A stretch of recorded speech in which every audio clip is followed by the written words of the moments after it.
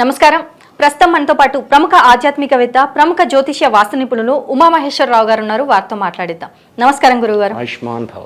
గురుగారు, 2024 సంవత్సరం జనవరి నెలలో మరి ద్వాదశ రాశుల వారికి ఎలా ఉండబోతుందంటారు? అలాగే ముందుగా చూసుకున్నట్టయితే మేషరాశి వారికి ఎలా ఉండబోతుంది అంటారు?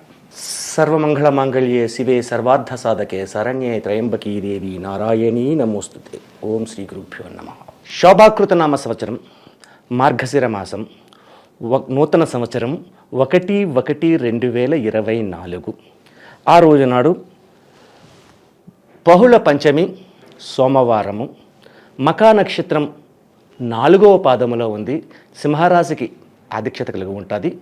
అలాగే ఆయుష్మాన్ యోగం, తైతిల కరణం.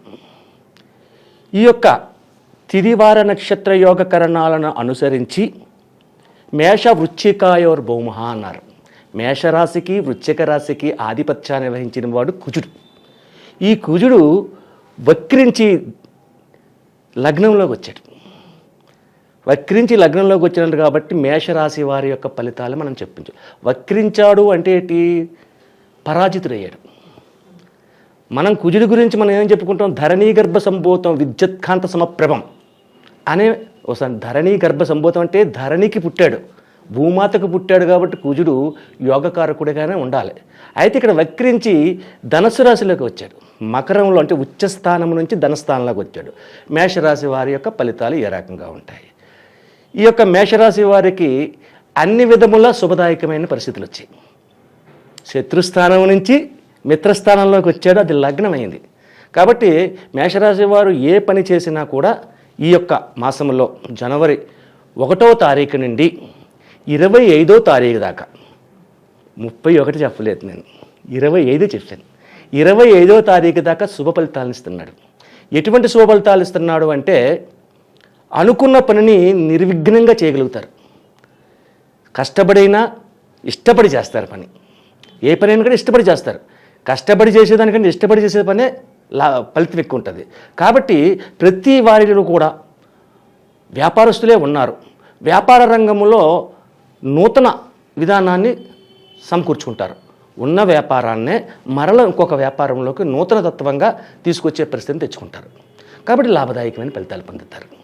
అలాగే ఆరోగ్యపరమైన ఇబ్బందులు లేకుండా అత్యంత యోగదాయకమైన పరిస్థితులే పొందుతున్నారు. అలాగే మేషరాశి వారిలో ప్రతి ఆడవారిలో మాత్రం కొద్దిగా ఇబ్బందికరమైన పరిస్థితులు కనపడుతున్నాయి. ఏ రకమైన ఇబ్బందులు?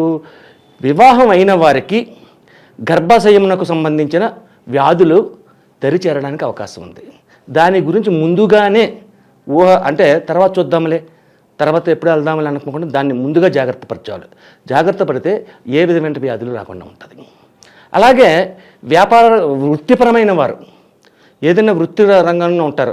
ఫర్ ఎగ్జాంపుల్ ఒక కరెంటు వర్క్ చేస్తుంటారు. వాళ్ళకి కూడా ఎక్కువ లాభదాయకమైన పరిస్థితులే పొందుతూ ఉన్నారు. అలాగే ఉద్యోగ రంగంలో ఉన్న వారికి ప్రమోషన్స్, ఇంక్రిమెంట్స్, ట్రాన్స్ఫర్స్ కూడా అవుతుంటాయి. వాళ్ళకి ఒక ప్రమోషన్ వచ్చిందంటే ఇంకో చోట ట్రాన్స్ఫర్ అవుతారు. దానివల్ల ఆదాయం పెరుగుద్ది. అటువంటి లాభ ఫలితాలను పొందుతూ ఉన్నారు. అలాగే ప్రతి వ్యక్తి కూడా ఈ యొక్క నెలలో ధనుర్మాస విధానంలో ప్రారంభం అవుతుంది తర్వాత. కాబట్టి ఈ యొక్క మేషరాశి వారు ప్రతిరోజు ఉదయాన్నే లేచి వినాయకుని యొక్క ప్రతిమను కానీ లేదంటే ఆర్క గణపతి అని ఉంటుంది. తెల్ల జిల్లేడుతోటి తయారు చేసిన ఆ గణపతి ఉంటుంది. ఆర్క గణపతి అంటే అది 2 అంగుళాలను మించి ఉండకూడదు. చాలామంది పెద్ద సైజు విగ్రహాలు కొనేస్తారు. పెద్ద సైజు కాదు, 2 అంగుళాలను మించి ఉండకూడదు. ఆ 2 అంగుళాలని ఒక దేవుడు మందిరంలో పెట్టుకుని అక్కడ గరికను నైవేద్యంగా పెట్టి స్వామివారికి తెల్ల జిల్లేడు ఒత్తులను అమ్ముతారు. తెల్ల జిల్లేడు ఒత్తులు అమ్ముతారు. అలాగే ఆ తెల్ల జిల్లేడు ఒత్తులను తీసుకొచ్చి ఆ జిల్లేడు ఒత్తుల్లోని ఏ రకంగా పెట్టాలి దీపం? ఒక ప్రమిదిలో 4 తెల్ల జిల్లేడు ఒత్తులు పెట్టాలి. 4 తెల్ల జిల్లేడు ఒత్తులు పెట్టి మధ్యలో పువ్వొత్తులాగా పెట్టాలి. పువ్వొత్తు అంటారు, ఉండకన్నా ఉంటుంది. ఆ పువ్వొత్తు కింద పెట్టాలి. 4 పెట్టాలి, మధ్యలో 5వ పువ్వొత్తు ఉండాలి. ఇందులో ఒక 100 గ్రాములు నువ్వుల నూనె, 100 గ్రాములు విప్ప నూనె, 100 గ్రాములు ఆవు నెయ్యి, ఈ 3 కలిపి మిక్స్ చేయాలి. మిక్స్ చేసి ఆ నూనె పోసి ఈ 5 ఒత్తులు వెలిగించాలి. 5 ఒత్తులు వెలిగించిన తర్వాత విఘ్నేశ్వర ప్రార్థన చేయండి. విఘ్నేశ్వర ప్రార్థన చేసిన తర్వాత మీకు వచ్చినట్టుగా పూజా విధానాన్ని తెలపండి. అంటే 108 నామాలు చదవడం చాలా మంచిది. విఘ్నేశ్వర స్వామిది అష్టోత్తర నామావళి చదవండి. ఆ తర్వాత ఆయనకి నమస్కరించుకుని ఆ రోజునాడు మధ్యాహ్నం భోజనం చేసే సమయంలో చిక్కుడుకాయ కూర తినాలి. చిక్కుడు ఉండాలి, గోరు చిక్కుడు కాదు, మామూలు చిక్కుడు ఉంటుంది. ఆ చిక్కుడుకాయని కంపల్సరీగా తినాలి. తర్వాత సాంబార్ వేసుకోవచ్చు, పప్పు వేసుకోవచ్చు, ఏదో ఇంక ఉన్న తర్వాత వాళ్ళ ఇష్టం. ఆ రకమైనది ప్రతిరోజు చేయాలి. అలాగా చిక్కుడుకాయ కూర అవసరం లేదు. మొట్టమొదటిసారి చేసినప్పుడే చిక్కుడుకాయ కూర, తర్వాత ఏ కూర తిన్నా పర్వాలేదు. లేదంటే ప్రతిరోజు చేయలేకపోతే వారానికి ఒక్కరోజైనా చేయాలి. 4 వారాలు 5 వారాలు వస్తుంది. 4 వారాలు చేయాలి, ఒక రోజైనా చేసుకోవాలి. అది సోమవారమే చేయాలి. ప్రతి సోమవారం ఇంట్లో పూజ జరిగిన తర్వాత శివాలయానికి వెళ్ళి, మరి గణేషుని పూజించిన తర్వాత తండ్రిని పూజించకపోతే ఆయన ఒప్పుకోడు. గణేషుడి దగ్గర నుంచి అయిన తర్వాత శివాలయానికి వెళ్ళి ఒక కొబ్బరికాయ, లేదు ఒక పాల ప్యాకెట్టు, లేకపోతే ఒక పెరుగు ప్యాకెట్టు, ఒక చందనం డబ్బా, ఏదో ఒకటి పట్టుకెళ్ళి అక్కడ స్వామివారికి అర్పించి నమస్కరించుకుని అక్కడ కూర్చుని రామనామ జపం చేసుకుని అప్పుడు ఇంటికి రావాలి. ఈ రకమైనటువంటి ఏర్పాట్లు చేసుకుంటే ఈ మేషరాశి వారికి అన్ని విధములుగా శుభదాయకమైన ఫలితాలు పొందుతారు. ఇది 25వ తారీఖు దాకా. 25 దాటిన తర్వాత ఉన్న 6 రోజులకి వచ్చిన సమస్యలు ఏంటి? చేసే పనుల్లో అనుకోని వ్యక్తులు కలిసి చేసే పనుల్లో ఆటంకపరచడం, ప్రతి వారితో వివాదాస్పదమైన పరిస్థితులు కలగడము, భూ విక్రయాలు చేయాలన్నా, భూమి కొనాలన్నా, లేకపోతే ఇల్లు కట్టాలన్నా ఆటంకపడిపోయే పరిస్థితులు వస్తాయి, అడ్డంకులు కలుగుతాయి. ఏ పని కూడా సక్రమంగా జరగదు. కాబట్టి ఈ 6 రోజులు మేషరాశి వారు అత్యంత జాగరూకతగా ఉండి ఆచితూచి మాట్లాడుతూ ఎదుటివారు చెప్పే మాటని ప్రశాంతంగా వినాలి. ముందు వినదగును ఎవ్వరు చెప్పిన వినినంతనే వేగపడకు వివరింపంగన్ గనికెళ్ళ నిజము తెలిసిన మనుజుడిపో నీతిపరుడు మహిళ సుమతి. ఈ పద్యాన్ని గుర్తుపెట్టుకోవాలి. వాళ్ళు ముందు చెప్పేది వినాలి. అది ఏం చెప్తున్నారో విన్న తర్వాత సరే చేద్దామండి, తప్పనిసరి చెప్పింది చాలా బాగుందండి, చేస్తాం అని చెప్పేసి మాట ఇచ్చేయాలి. వాళ్ళకి ఉన్నది ఇవ్వాలి, కానీ చేయకూడదు. ఆలోచించుకోండి. వీళ్ళు ఆలోచించుకుంటే వీరి ఆలోచనకే దాని యొక్క తాత్పర్యం బయటకు వస్తుంది. అది చేసుకోవాలి. ఆ రకంగా ఈ 6 రోజులు చేసుకుంటే మేషరాశి వారికి అత్యంత శుభదాయకమైన ఫలితాలు పొందుతారు. మరి అలాగే ఈ నెలలోనే సంక్రాంతి కూడా వస్తుంది. మరి ఈ సంక్రాంతి సమయంలో ఎలాంటి సంక్రాంతి సమయము, భోగి సమయము, భోగి, సంక్రాంతి, కనుమ 3 ఉన్నాయి ఇక్కడ. భోగి, సంక్రాంతి, కనుమ ఉన్నది. ఈ 3 చాలా విశిష్టమైన రోజులు. మన పల్లెటూరులో అయితే వీటికి ప్రాముఖ్యత ఎక్కువ ఉంటుంది. మన పట్టణాల్లో అయితే లేవు, కానీ పల్లెటూరులో చాలా ప్రాముఖ్యత ఉంటుంది. భోగి నాడు విరివిగా సూర్యోదయం కాకముందే లేవాలి. భోగి రోజు నాడు సూర్యోదయం కాకముందు లేచి తలస్థానం అంటే అభ్యంగన స్థానము అంటారు. అభ్యంగన స్థానం అంటే మర్చిపోయారు జనాలు. ముందుకు ఒంటి నిండా ఆయిల్ పట్టించుకుని, నలుగు పెట్టుకుని, కుంకుడు రసంతో కానీ సీకాయ పొడితో కానీ, షాంపూ కాదు, వాటితో తలస్నానం చేయాలి. తలస్నానం చేసి విభూతిని ధరించి, ఆ విభూతిని ధరించిన తర్వాత భోగి మంట దగ్గరికి వెళ్ళి ఆ భోగి మంటలో మనకు తోచిన ఏదో ఒకటి చెక్క ముక్కైనా వేసి నమస్కరించుకుని ఆ తర్వాత ఇంటిలోకి వచ్చి భోగి మంటను నమస్కరించి ఇంటిలోకి వచ్చిన తర్వాత ఇంటిలో ఉన్న దేవుడు, మన ఇష్టదైవం ఎవరైతే ఉన్నారో వారి దగ్గర ఒత్తు పెట్టి, మామూలు ఒత్తే జిల్లేడు ఒత్తు అక్కర్లేదు, మామూలు ఒత్తు ఆవు నెయ్యితో దీపం వెలిగించి, ఆవు నెయ్యి పెట్టాలి, ఆవు నెయ్యితో దీపం పెట్టి వచ్చినట్టుగా పూజ చేసుకోవాలి. ఆ తర్వాత ఆహార పదార్థం ఎలా పిండి వంటలు ఉంటాయి అవన్నీ తీసుకోవాలి.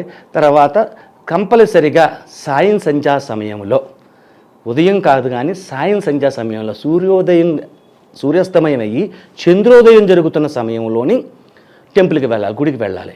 ఏ గుడికి వెళ్ళాలి? విఘ్నేశ్వరుడి గుడికి వెళ్ళాలి.